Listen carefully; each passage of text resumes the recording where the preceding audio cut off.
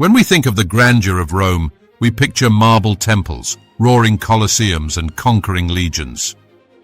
Yet behind the military victories and political intrigue lay something just as powerful: Rome's control over gold.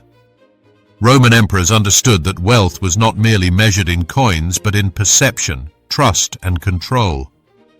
By mastering the flow of gold, they manipulated the economy and kept both citizens and soldiers under their rule. What is fascinating is that their methods, minting reforms, inflationary tricks, and clever propaganda, still echo in how governments today manage money. Gold was more than a currency. It was the lifeblood of the empire. From soldiers' salaries to public games, from aqueducts to the emperor's palaces, Rome's stability depended on its ability to control gold supplies. Let us dive into how Roman emperors used gold not only to maintain economic order, but to manipulate power itself. Before we continue, I wish to let you know that if you want to strategically leverage on ancient wealth wisdom to build and grow generational wealth, you can visit us at ancientwealthwisdom.com after watching this video to check out our best curated ancient wealth building wisdom resources. Or you can check the description and the first comment below for the link. Now, to our video, how Roman emperors manipulated gold to control the economy. 1. The birth of Roman gold coinage. Before Rome became an empire, gold was rare in its coinage. Silver and bronze dominated daily transactions. But as Rome expanded through conquest, especially after victories over Carthage and Greece, immense amounts of gold flooded into the city. The first true Roman gold coins, known as aurei, appeared in the late Republic and soon became the symbol of imperial power. Gold coins were not simply currency, they were political propaganda. Emperors stamped their faces, victories, and divine symbols on every aureus, turning money into a medium of loyalty. Every transaction reminded citizens and soldiers alike of who controlled Rome's wealth. This innovation changed the Roman economy. Gold coins circulated widely, facilitating trade across provinces and even foreign kingdoms. The aureus became not just a coin, but an international statement. Rome's power rested on its golden foundation. 2. Gold as military leverage. Roman emperors understood that soldiers were loyal not to ideals but to steady pay. The army was the backbone of imperial power, and gold ensured its loyalty. When emperors like Augustus established long-term military payrolls, they tied the empire's survival directly to its gold reserves. Military campaigns were as much about securing treasure as about conquering land.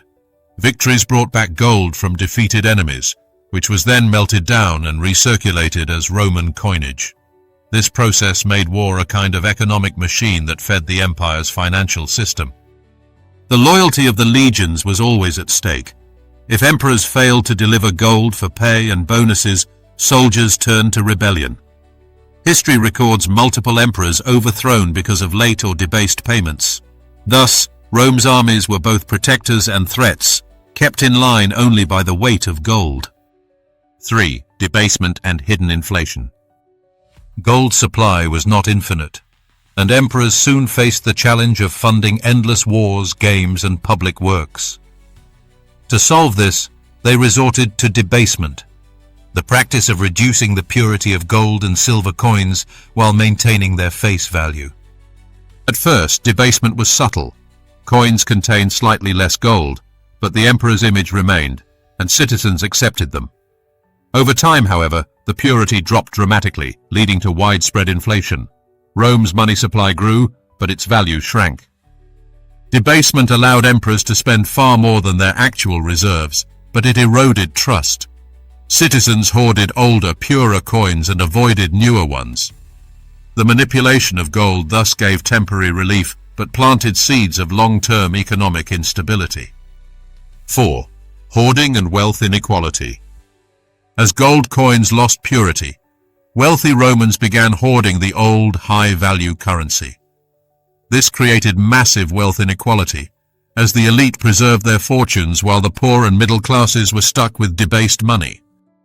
Gold became concentrated in the hands of senators, merchants, and imperial insiders, Land purchases, dowries, and international trade demanded pure gold, further excluding ordinary Romans from meaningful wealth transactions. The gap between rich and poor widened sharply, destabilizing society. This hoarding phenomenon mirrors modern behaviors during inflationary periods, where the wealthy move assets into gold or real estate, while the poor lose purchasing power.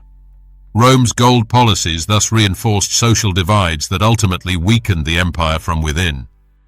5. The role of gold in public spectacles. Emperors were masters of spectacle. To keep citizens entertained and loyal, they funded massive games, festivals, and handouts. Gold was the silent engine behind these spectacles, flowing into the construction of arenas and the distribution of bread and circuses. By spending lavishly, emperors displayed their generosity.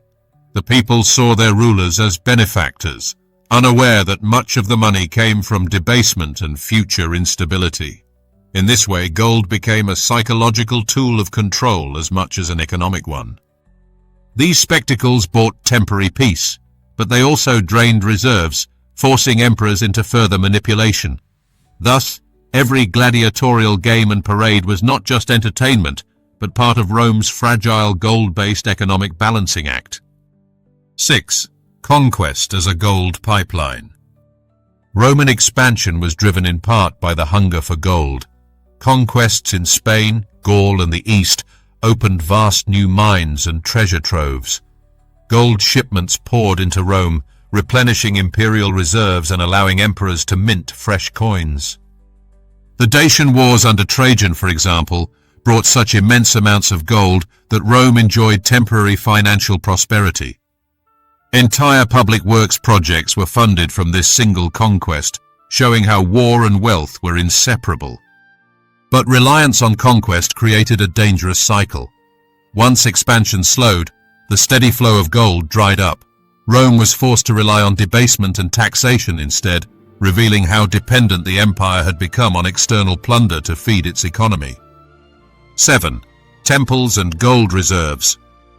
Religious institutions also played a crucial role in Rome's gold economy. Temples stored massive reserves of treasure, often serving as state vaults. Emperors frequently seized temple gold during crises, justifying it as necessary for the survival of the empire. This practice angered traditionalists, but gave emperors immediate access to liquidity. Gold meant stability, and in desperate times, no sacred reserve was safe from imperial hands. The merging of religion and finance highlights how deeply gold was embedded in Roman life. It was not just currency, but a divine and political resource, reinforcing the emperor's image as the guardian of both wealth and faith. 8. Gold and provincial control. Emperors used gold coinage strategically to unify distant provinces. By enforcing the use of Roman gold coins in conquered territories, they created economic dependence on the empire. Local elites were forced to trade, pay taxes, and accumulate wealth in Roman terms.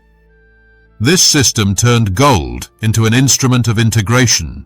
Provinces relied on Roman coinage for trade, meaning they could not easily rebel without disrupting their own economies. Gold tied them to the imperial center. Through controlled distribution, emperors could reward loyal provinces and punish rebellious ones.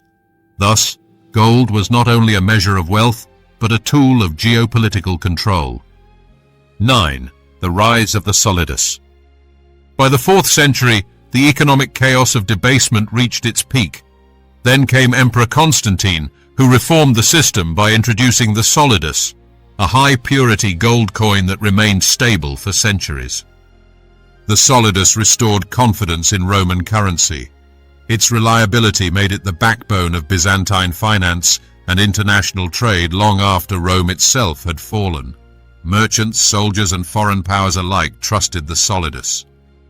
This reform demonstrates the enduring power of gold. When emperors manipulated it recklessly, trust collapsed. When they restored its integrity, stability returned. The solidus became one of history's most successful coins, proving how much economic strength rested on gold management. 10. Gold and political legitimacy. Every emperor understood that control of gold equaled legitimacy. Usurpers and rivals often rushed to mint their own gold coins as soon as they seized power. Whoever controlled the mint could declare themselves Rome's rightful ruler. This practice meant gold coins acted as portable propaganda. Citizens in far provinces might never see the emperor in person, but they held his image in their hands through coinage. Trust in the coin was trust in the emperor himself. Thus, Rome's political order was inseparable from its monetary system.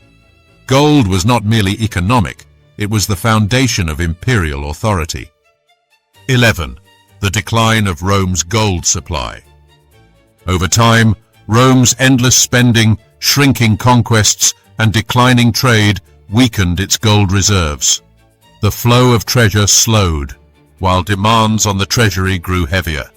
Inflation worsened, and the empire's financial machinery began to collapse. Barbarian invasions further cut off Rome from key gold sources. Without steady supplies, emperors could no longer fund the army or maintain the grandeur of the capital. This scarcity accelerated Rome's decline. By the time the Western Empire fell, gold was so scarce that many transactions reverted to barter. The empire that once dazzled the world with golden splendor had lost its most powerful tool of control. 12. Lessons for today. Rome's manipulation of gold reveals timeless truths about money. Debasement may buy time, but it always erodes trust. Concentration of wealth breeds inequality. And above all, currency is as much about perception as it is about metal. Modern governments no longer rely on gold-backed currency, yet the principles remain the same. Printing money, stimulating economies, and manipulating financial systems are echoes of Roman strategies. The only difference is the medium, paper and digital numbers instead of gold coins. The Roman story warns us that wealth, once mismanaged, leads to instability and collapse. Yet it also shows that disciplined monetary reform, like Constantine's solidus, can restore order. The empire may have fallen, but its lessons in economic manipulation remain more relevant than ever. Thanks for watching, and don't forget to like, comment, and share this video if you found it insightful and helpful. And subscribe to this channel to continue discovering and learning ancient wisdom and secrets that you can leverage on to build generational wealth in today's world. Also, turn on the bell notification so you're always the first to be notified whenever a new video is uploaded here. And don't forget to visit us at ancientwealthwisdom.com to check out our best curated ancient wealth building secrets and wisdom resources. Or check the description and the first comment below for the link. See you in our other videos.